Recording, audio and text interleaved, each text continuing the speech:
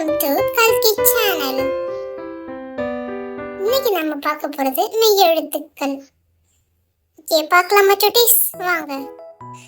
மெய் எழுத்துக்கள் 18. இக் தக்காளி, இங் சங்கு,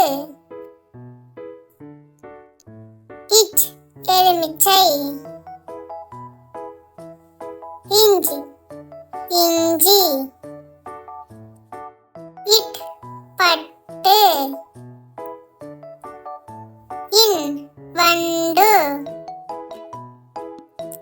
இத் நத்தை, இந்த் ஆந்தை, இப் கப்பல், இம் கம்பு, இ நாய், இர் இளநீர், இல் ரயில், யு செவ்வாழை,